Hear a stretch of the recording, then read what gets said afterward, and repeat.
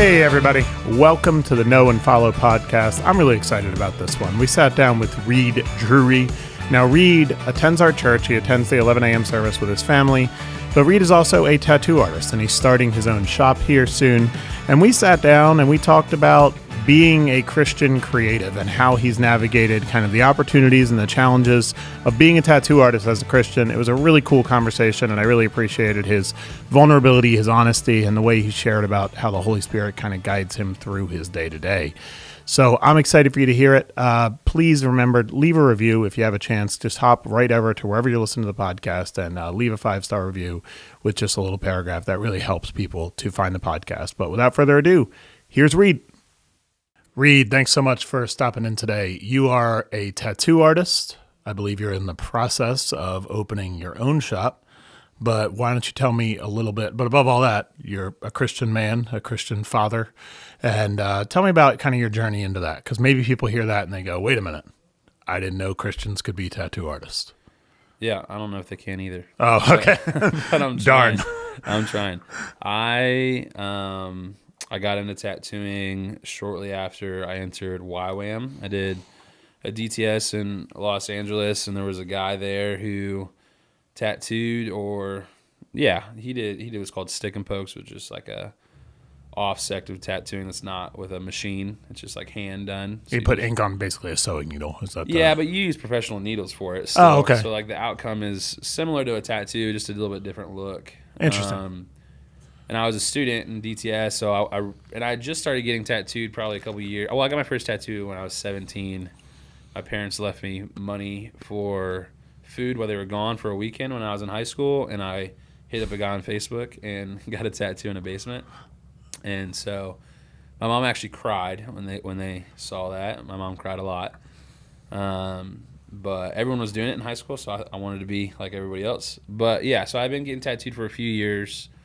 And then in YWAM, I asked this guy to tattoo me, and he was like, no. And I had a lot of time on my hands, and I decided to buy some stuff on Amazon, and I started tattooing myself just as like a thing to pass time, I guess. And then eventually people made the mistake of asking me to do them for them, and I didn't have the integrity not to. And so I got a lot of practice in because everyone in YWAM has time but not money. Right. And I wasn't interested in money at the time, so I would tattoo people. I did that for like maybe a year and a half, just making 10, 15, 20 bucks wherever I could, on support, obviously, as a missionary. I joined staff, and then let's define DTS as Discipleship Training School, YWAM, Youth with a Mission. Talk a little bit about what that kind of structure is, I guess. So you go and do like typically a 3-month like class, or I don't know, stateside, typically like sort of lecture phase. They're all over the world, but you know, the one I went to in America, typically they're stateside. And then you do an outreach. So we went to India and in Greece for our first outreach. We went there during the refugee crisis back in 2017. Went to Greece twice, and then I've been to Romania as well. And so, I was kind of in YWAM as a last resort for my life. I was a previous drug addict, and I had struggled in a lot of ways. And so I got put into YWAM as a way to try to escape a previous lifestyle, and luckily through that the Lord graciously provided a way out, and I served in YWAM for a few years, met my wife, found my calling in tattooing, I believe. I started tattooing there with a machine, a few years later, getting somewhat proficient at doing pretty minimal stuff, always kind of feeling like, do I want to stay in missions? Do I want to go and enter into a shop and get more, defined or refined at this? And so made the decision. I actually tried to start a tattoo school. There was one in London, and I was thinking about starting one stateside. And so I reached out to the base leaders. I had a proposition. I was like, I want to go work for 2 years in a shop, get trained, get as good as I can, and then I want to come back and start a school. And so I want to stay like part-time staff until then. they thought that vision didn't align with necessarily the vision that they had for the base and the campus, and so there was a clean break there. There was a healthy send off. My wife stayed on staff for a while I went and tattooed in a shop and got mentored and discipled. So we're still in Los Angeles at this No, point. Whoa, I'm in Florida now. Oh, okay. Yeah, so I just did DTS in Los Angeles. And then as soon as DTS was over, I went and lived in Arizona for a month, helping my uncle and his church out on a reservation up in Arizona. And then I went to Orlando, did a school of worship, which is a worship-specific school. I played drums. And then I did the School of Ministry Development, the SOMD, which is a requirement for anybody that enters staff on Orlando. So I've done 3 schools with YWAM, and then I joined staff. How long had you been a Christian at this point, or were you kind of? I mean, it's tough, right? Because like Christian, I was raised in Assemblies of God household. My dad was a pastor my whole life. I feel like I had very strong and real encounters with God at a young age. I had some stuff kind of happen when I was younger that kind of altered some things. We lived in a pretty rough area. It was a very, it was a very violent, I guess, area. Sure. And so I got, the friends that I had from my community were not the greatest. And I was homeschooled till 8th grade, and then my dad started working a second job so that I could go to a private school in high school. And my mom played piano there for the choir to also get a discount because we wouldn't have been able to afford it regardless. But I was a really big athlete. I committed to play college baseball in Missouri after high school.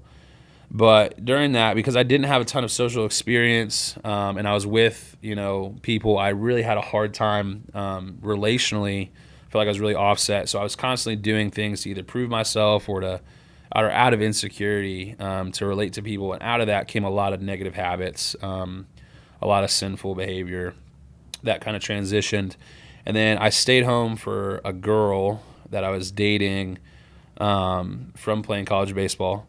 And then I got hurt in a motorcycle accident as well. And then my baseball scholarship was obviously compromised after that. After that, fell into drugs and sort of a lifestyle of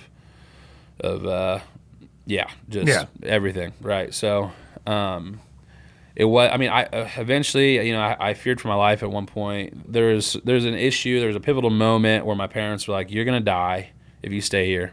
And I was like, "We're both on agreement." So they moved me to I would call a safe house in Florida for a month and a half before DTS. And I could have no phone, I could have no money, I could have no electronics. I had to live there. And so at that point, I remember I had a Bible and I had a couple books, and I would just pursue the Lord, and I felt like He met me in Florida there. And so that's where I feel like it started to become real. Right.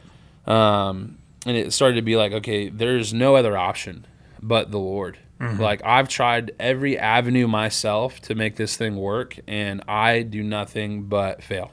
Right. And so that's where I feel like my rock bottom was. Right before then. And so ever since then, it has been a genuine, authentic relationship with the Lord where my goal has been to pursue Him with failure still involved, obviously, and compromise. But since then, it has been authentic. Yeah. So that happens. You obviously still end up deciding to pursue tattooing as a career. So what happens next? Yep. So I tattooed in a shop for a few years in Florida while Rebecca, my wife, stays on staff and does some schools. I tattoo there for maybe 2 years, or kind of like right where I was with the plan. And then I got flown out to here, Pennsylvania, to tattoo some friends at a shop. And the shop that I was working at, they offered for me to buy it from them. They said that they wanted to move to a different state and kind of start over in a different business. And so I moved here as trying to, make that avenue work. Didn't end up working. I got offered a spot at Dreams Collide, which is a shop in the city, and I worked there for a few years. And that transition happened while I was working at the other shop, so there was like a little bit of an overlap. And then, so I now I'm in the process of opening my own shop. Opens April 1st in the city. Awesome. Really, really excited for that. It's been a process to do it. Had a lot of leasing issues, but yeah, I mean, even so, like leasing issues is same as kind of the church. Like they have a hard time leasing to tattooers. So not even a Christian perspective or culture thing, but even secular people have a really hard time viewing tattooing as something that is like a class act, right? Because I've had 2 leases fall through because of my occupation. Interesting. And those are people that don't even necessarily have any affiliation or even morals biblically, right? So there's an association in everybody's mind with tattooing that kind of alters, how they think these people interact on a daily basis, right? And so at least it's consistent, Right. There's not really, yeah. Yeah. So talk a little bit about that. Like you're navigating kind of this industry as a Christian. What are some challenges you've had? Like what's been hard, and what has felt like, man, this was really a unique opportunity to share faith, to share truth with this person. Yep. And I'm not really sure. I'm not telling you to, not saying no one could have done this but me, but like the idea of like, it's a captive audience. You're with somebody for several hours. You develop a relationship. They're trusting you pretty deeply. Yeah. So like, I don't know, I guess like opportunities and challenges of like being a Christian in the tattoo industry. Well, I'll start with some perks of it. One, whenever there's a transaction, it seems like whenever you're giving somebody money for a service, that person's opinion is elevated, is what I've noticed. Like if you're getting a haircut or if you're getting, anytime that you're submitting to somebody in their profession, I feel like you almost subconsciously elevate their opinion on other things as well. That's interesting. And so I have people that I tattoo all the time where it's like when I tell them about Jesus, it's like they've never heard it before. Whereas like if most people from this church are walking on the side of the road and talk to them about Jesus, they have a guard up. Right. But because either they're paying me money or because of what I do or because they respect something or want something that I have, they're way more open to my theology or my way of living or this Jesus guy, right? And so I've been able to talk to Jesus, about Jesus, to everybody. It has never, honestly, I talked about the Lord all the time, and I've never had anybody get visibly upset about it. But when I was in YWAM and we're doing, evangelism, or when we're talking to people, sharing the gospel or praying for people, you see a lot of reactions then. But I've never in tattooing had somebody have like a really negative reaction to me sharing the gospel or even talking about Jesus. One, because I think it's my space. They're coming into my space, so they're not going to disrespect me. And also they're going to be more likely to even think more critically about what I'm saying than before. And so it's a cool mix. It feels like maybe too and maybe I'm guessing here, it's a space where there's a certain openness of, I think most people with tattoos feel like people judge them because of their tattoos occasionally. I'm guessing that happens. I don't have any, but Do you judge me because of my tattoos? I don't. No. What I'm saying though is I wonder if like that leads to kind of a shared, I can connect with you on this thing that's really important to me. Yeah. And I think that's 100% real, and there's been crazy fruit from that, from what I believe is my obedience to share the gospel. Like I've seen people go from agnosticism to baptism. Wow. Like through and through. I have a small group right now that's primarily clients that when I met them did not have an authentic relationship with the Lord. Wow. And now we're doing Bible studies together and we're having ministry together and we're sharing, and our conversations are, just different than they've ever had before, right? Which is like what happens when you're a Christian. Like you're so excited, you're so transformed that all you want to do is talk about the Lord. I'm getting to see that, new fire start in a lot of these guys. I've prayed for people and they've received healing on like weird stuff. People have reached back out to me and asked me how to get saved, on Instagram, because I'm the only person that they know that's a Christian. That is a Christian, right? Yeah. So I've had people DM me and ask me about the Lord. I've had people DM me and ask me for podcasts or music recommendations because they're trying to get back with the Lord. So it's like I'm constantly this person in people's lives that I feel like am one of the only people that is representing Jesus in an authentic way. Right. And so I'm constantly filtering, people that are trying to have these experiences with God.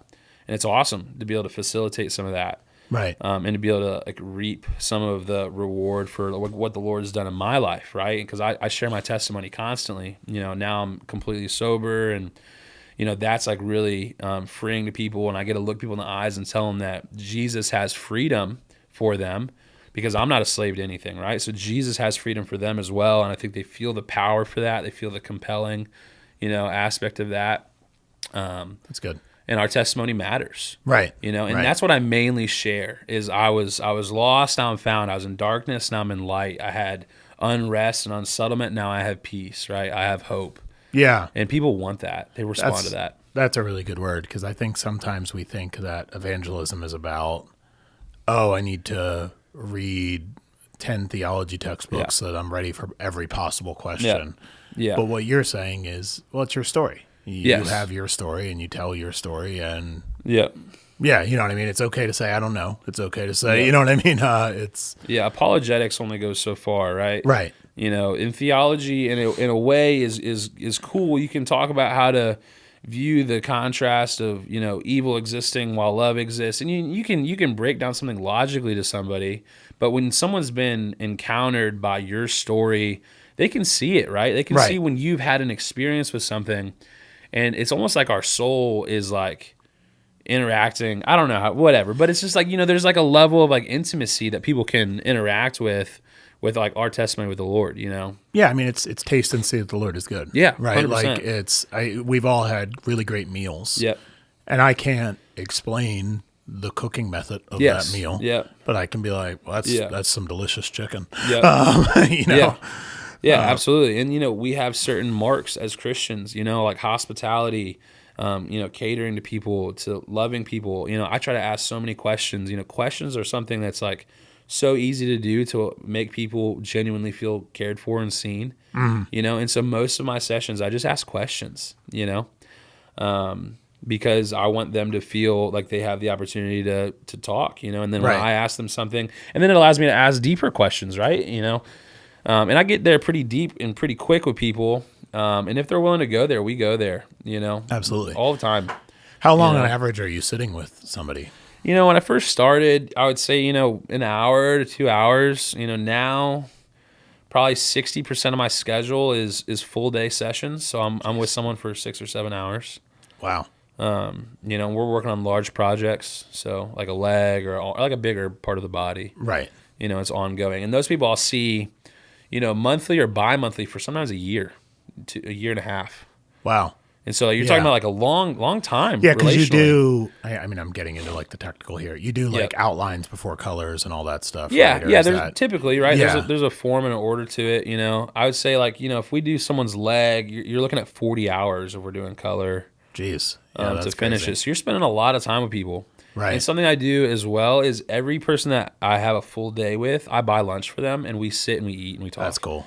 And so that's something that I've really grown to cherish. They look forward to that break time, and it's just kind of a nice little. We're having community. We're like we're sharing in food and conversation, and it's something that I feel like really has kind of set the tone. That's awesome. Relationally, for people, opposed to just like viewing them as a check or whatever. Yeah, just purely a client. I mean, that's exactly. And dude, I mean, so many of my clients, I would. If I was getting married again, I would invite them. You know what I mean? Like they are friends. Right. They are people that I look up to and have genuine relationship with. Yeah. So that's one of the perks. Definitely talking to people. Not going into the negative. Maybe there's other perks you want to talk about. But like if we went into kind of the other side, what is kind of hard to navigate? Yeah, hard to navigate is sin. It's hard to navigate. So like, where's the line on stuff? Because a lot of it you don't find black and white in the Bible, right? Sin as you, the creator. Yeah, me. Yeah. Like, okay, like, is it wrong for me to tattoo occult things? Is it wrong for me to tattoo people that live certain lifestyles, right? Is it wrong for me to openly invite certain people into the shop? Is it wrong for me to tattoo certain areas of the body? Right. Things like that. And so those are all things that I've had to navigate.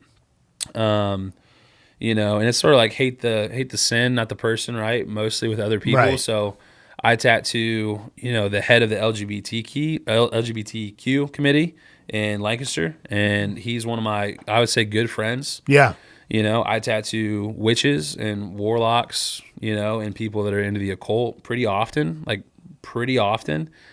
I first started tattooing, it was like even more often, and it was kind of weird because I was in like I don't know. I just didn't know how to deal with it at all. Sure. Now I feel like I'm a little more seasoned, more veteran, I guess. Yeah, But more prepared for that. I mean, yeah, it repeats, right? Yeah. Like the stuff you talk about. And there is a spiritual warfare aspect to it where it's like, they're coming to me and they have their stuff and I'm here and I have my stuff, and I have the Lord. Right. And it's like, who's gonna win?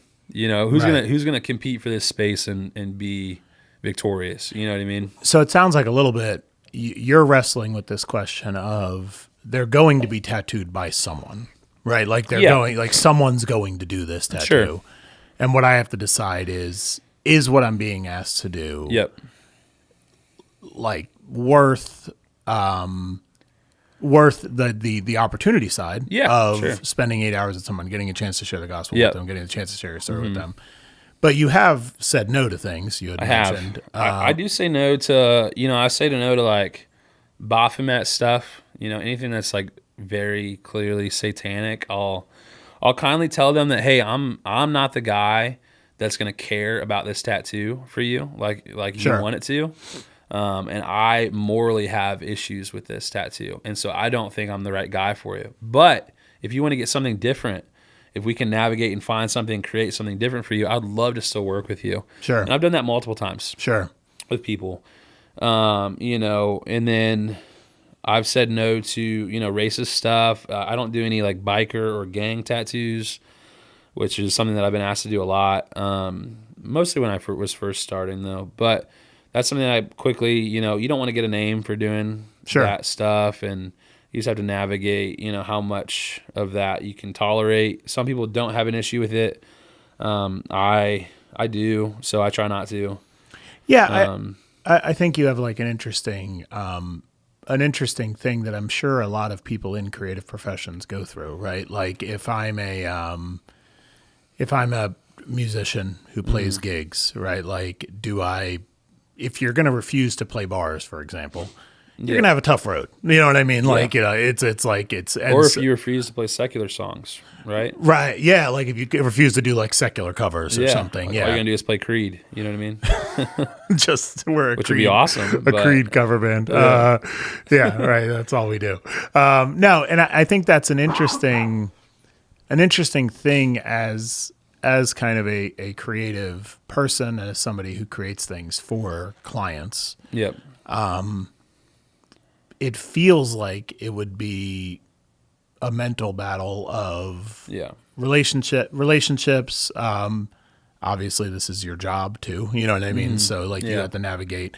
I don't know with like a shop, how much autonomy you guys have. Like, do you have a boss who could tell you, no, Reid, you're doing the tattoo, or not really? Right now? Well, I guess you're starting the shop now, but I'm saying no. In the past, right? No, we're always, we're always technically contractors. We're always independent. We're 1099, right? No one's getting a W-2, right? No one's getting health insurance, right? Yeah. So we're doing it ourselves. Yeah. Obviously, it's financially a deficit, to not do certain stuff, right? And sometimes it hurts worse than others, in your pocket when you have to say no, right? But it's few and far between because most people are dark, but what they're getting isn't necessarily dark. Right. Or it's not necessarily, violent. And this is why we have the Holy Spirit, right? I mean, I feel like he has helped me a lot with, hey, maybe not this time, you know, or let's navigate this a little more, or you can do this, but why don't you process it more with me? Right. Which is something that I've had a lot where it's like, you can, but let's process this. Right. And I think something that when you and I were kind of pre-talking about this, you had said that I lost track of that thought. Give me 1 second. Well, I'm the best person for the job a lot of times, right? Because they're coming into my environment. One, they get exposed to the Lord. Sure. They get exposed to Jesus. And so, I can love these people, and I'm not wearing the thing that they're getting, and I can treat them in a way that is very, very respectful, and they're going to get a great service because of my morals. And so there's a lot of stuff where, or even like placement, like we're talking about like somewhere that's like intimate, right? People are like, okay, how could you do that? Like whatever. And I've gone through seasons of not doing that. One, out of respect to my wife and how it makes her feel.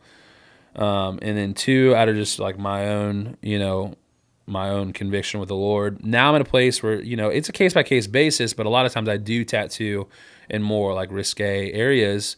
But I view it as a medical procedure. I love the Lord. I love my wife. I'm a father. I have a daughter. Right. And so, and you're communicating with her through these. Yeah, absolutely. Yeah. And it's like, okay, this woman is going to be completely safe when I'm doing this tattoo. Right. Like she's going to get an experience that is, completely unsexualized. Right. Which I cannot guarantee at all at any other shop. Right. Even mentally from that person. But because of my obligation to the Lord and to my wife, even mentally, I am absolutely fighting, purity. During this taking tattoo, it really seriously. Yeah. Whereas like someone else, like even though they may outwardly, they inwardly, they could be reacting a whole different way, right? Or how they communicate, with their coworkers afterwards or something. So, with that sort of thing, it's like, okay, not all the time, but maybe I am the right person for this job. If I'm committing to that level of excellence, right? Sure. And obviously, your eyes go where you want them to go. Right. And in the tattoo process, I'm so worried to mess up in general that I'm not going to be really dilly-dallying anyway. Right. So. Yeah, when you had said the thing about medical procedure, it like that is eye-opening because you think about like medical doctors. Yeah. And, we would never think like, oh, well, they refuse to do something because of their more, you know what I mean? Like it would be odd, to have a doctor who made that choice. And I don't think you need the tattoo as bad as you need that surgery or you need that check. So it's not it's not a 1-to-1 comparison, but we are dealing with, very sharp instruments. We are dealing with blood and, bio and, PPE and, all that stuff. And we are, creating small incisions and cuts and wounds on people, and so there's a level of it that's, needs to be somewhat relatable to the medical industry, Absolutely. Is there a specific experience that was like eye-opening or formative for you as you've been, kind of on your journey here, or specific experience? Yeah. Like, I don't know, like a client that you think of that was like, oh, this really opened my eyes from like a faith perspective, or this really, like, I don't know, a turning point. I might be putting you on the spot if I am. Yeah. I can. I don't know if there's like been any crazy like catalyst. I feel like most of my stuff has been like a gradual arrival at certain things in my life. There's no, not necessarily. I mean, watching people go from not having a relationship with the Lord to getting baptized and being completely, overwhelmed with His grace and love is just amazing. Right. Like, there's nothing better than that. Like, I got this guy who probably won't watch this, so I'll just say it. His name's Carter from Florida, and he calls me all the time and just is just so grateful for what the Lord has done in his life, and he's just so quick to tell me all the things that the Lord is showing him and revealing him. And when I first met him, he was partying, he was doing drugs constantly, and I just flew him out here to hang out for like the week, and he's just a completely different person. And it's just been a couple of years, but you're just like, you see these people's progression. And you also see how powerful the Lord is in people's lives. Right. Because I was like, man, I knew you, beforehand, and you don't even resemble that person. How you communicate, how you live, how you talk, even the things that you're dwelling on, And then walking through with newer Christians, like what it looks like to, like be with the Lord on a daily basis, like what kind of choices that you make. And it's all about like, we're just so good at monitoring our behavior opposed to actually involving God in our decision making. It's so much easier to make a method or a law or a rule around something opposed to asking Him. And that's what I see in the church with, Christians that have been Christians for forever and people that are brand new to the faith. They're trying to navigate where's the line between right and wrong, but they're trying to navigate it without involvement with God. And that's where I figured out specifically in tattooing, that doesn't work. I can't make a rule, and follow. I mean, there's general, but, specifically, like I don't know what the Lord knows. He has a perspective on me doing stuff that I will never understand in its, fullness. And so there's been stuff that I've said no to that isn't necessarily anything bad at all. I've just felt like the Lord has been like, that's not the right person I don't want you to work with. You don't feel peace about it, yeah. Yeah, right? And so, it's just a case-by-case basis with all that and constant communion with the Lord and, my wife and including her, I mean, she's been a fountain of wisdom, sure. With stuff. And even her perspective on stuff has been really refreshing, helping me navigate, a lot of this and being on the process with her. And also having a lot of friends that are very deep in the Word of God, that are, very loving and they genuinely care for me and my business. Having their opinions in my life has also been a really big help to navigate. And bringing as many people in. Like, I feel like more eyes on me, the better. Right. I feel like that's everybody, right? I don't want to live in darkness in any part of my life. So the more eyes I can bring in to observe my ethics, my business, my morals, my behavior, my relationships, that's just a safety for me. Yeah, it's Psalms or Proverbs. In the multitude of counselors, there's wisdom. Yep. You know what I mean? And somebody's going to be mad at me for not knowing which one. Yep.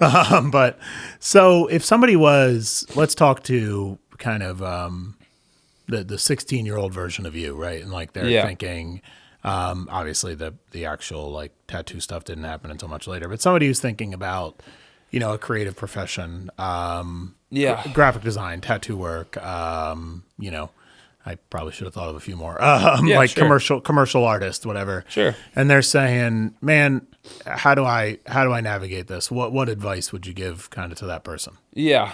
Pursue the Lord in everything. I mean, I've strived so much, and I guess the advice that I would give is there's no shortcut. I felt like for maybe a year and a half, I tried to shortcut my way to a place of arrival artistically.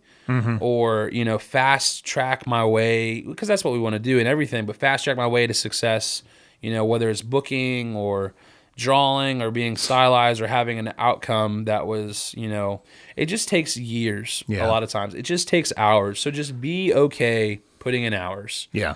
And there literally is no shortcut. Yeah. And if don't even spend time trying to find a shortcut. Right. Spend time trying to do things the best you can. Right. And involving the Lord and as many people as possible on what you're doing. Get as much input as possible. Get as much wisdom as possible. That would be my biggest thing. Yeah, there's a business influencer who says, not a Christian guy, but his name's Alex Hermosi, and he talks about this time you spent working on things is like, even if the thing fails, like the product you're working on is you. You know what I mean? And I think like to Christianize that, you could say like the product you're working on is you and your relationship with the Lord and discovering things and like, it's interesting. You said like the answer is just years, because that's been really similar to what I would say about my journey in ministry is like, I would look at these like people who had like really worked on something for a long time. And I would kind of be like, man, how do you get there? And like, now that I've been at Grace for 10 years now, and it's kind of like, oh, you just stay somewhere for 10 years like that. Like, you know what I mean? There's so much that's just like time, you know what I mean? It's just like the answer is time. Yeah. And if I was in your profession and I was trying to be like you, I would hope someone would rebuke me and be like, hey, we don't need another Addison. We need another Reid. Right. You know what I mean? Right. And so it's like when you try to do shortcuts, you end up imitating. Yeah, that's a good point. And there's a level of imitation that's needed, like music. Like there's a level of repetition that's needed in order to create something new. Yeah. But the goal is not to be like you. The goal is to be me. Right. With the motivation of what I have in my perspective and my vision. Right. Yeah. And because the Lord places vision in each of us, He places passion and desires in each of us to carry things. Yeah. And that's why it takes the body of Christ to move. Right. And it's like if there's an unhealthy or there's lopsided aspects to it, like, but we need to be individuals, right? In a way that is serving a larger, greater community of Christ, But we don't need another Addison, and you don't need to be me, and I don't need to take on someone else's vision necessarily. I can be inspired. I can be encouraged to have a revelation of Jesus about my life and my passion.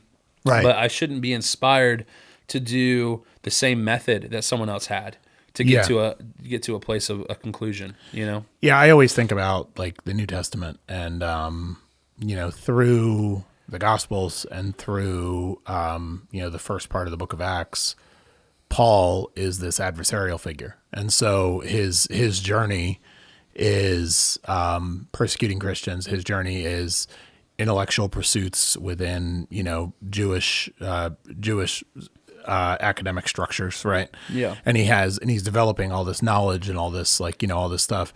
And then his conversion happens, and all of a sudden all of that Old Testament knowledge that he has is like used by God to write the New Testament. Yep.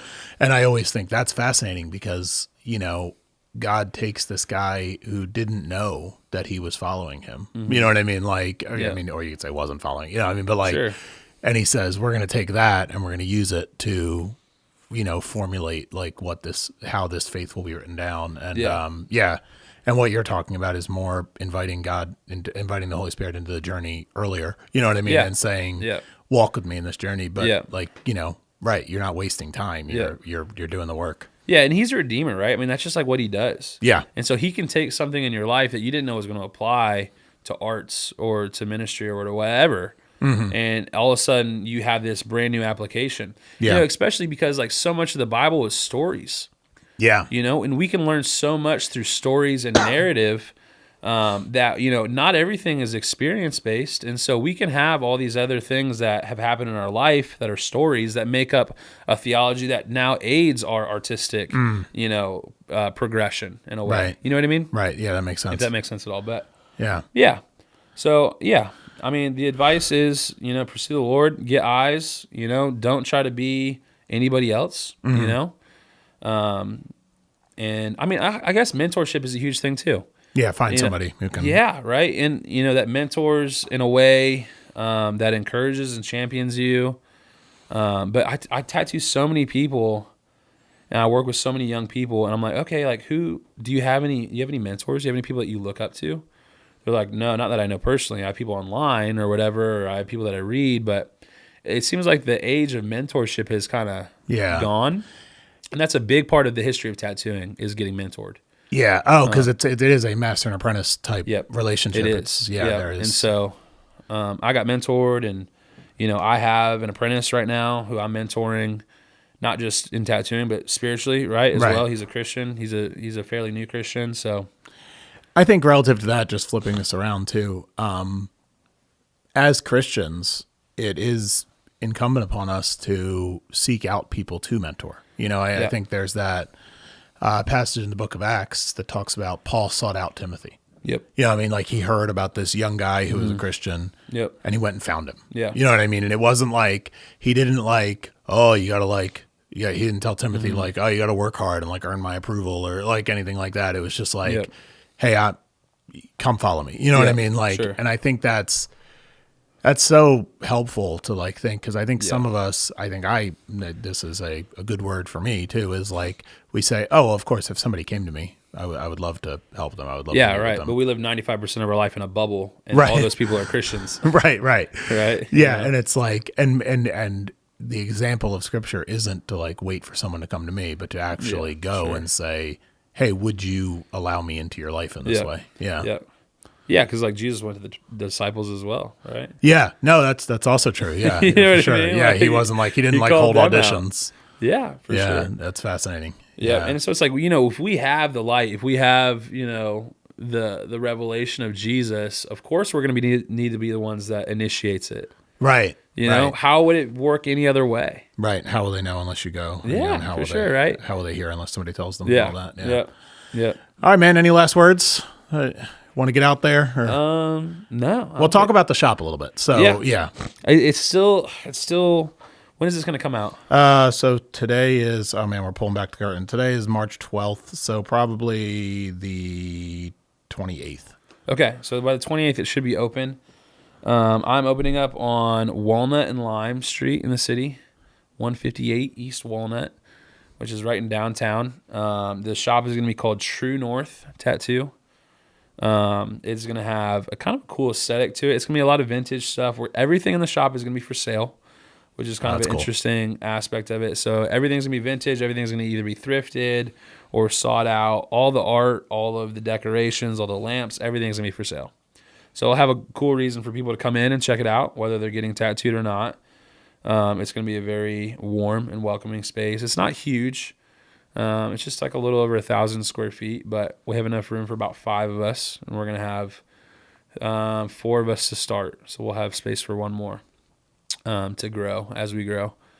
So yeah, we're really excited to create a culture I mean, I believe it's a ministry, Sure. in that building, and I'm excited to build relationships there and have the Lord be involved there, you know, and be glorified there. The name True North is like, I don't know, just sounded great. It felt it's a good great.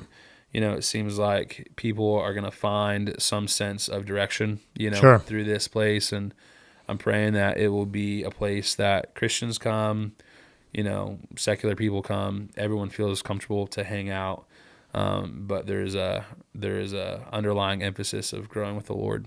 Yeah, I was telling Alyssa, we were meeting today, and we were talking about like what we would ever want getting, and she talked about possibly getting like us both getting matching left ring finger tattoos. And I was like, wouldn't that hurt a lot? And she was like, yeah, probably.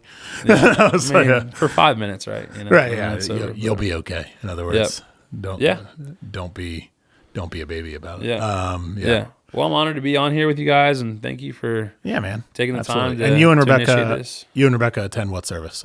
We go to 9:15 mostly. Okay, cool. And you guys are usually in the balcony if somebody wants. We are normally in the balcony. Somebody wants to say hi. But hard to miss.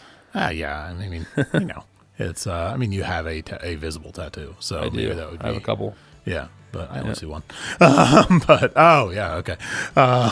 That made no sense to the audio audience. All right, man. Thank you. Right. Yep. Thanks, Addison. Thanks for listening to this episode of the Know and Follow podcast. This podcast is a production of Grace Community Church of Willow Street, located at 212 Peach Bottom Road in Willow Street, Pennsylvania.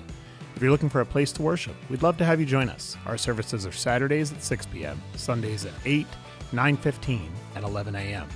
This podcast is hosted, produced, and edited by Pastor Addison Roberts, the digital pastor of Grace Community Church. You can learn more about our church at gccws.net. Our theme music is Only the Brave Run Wild by Sounds Like Sander.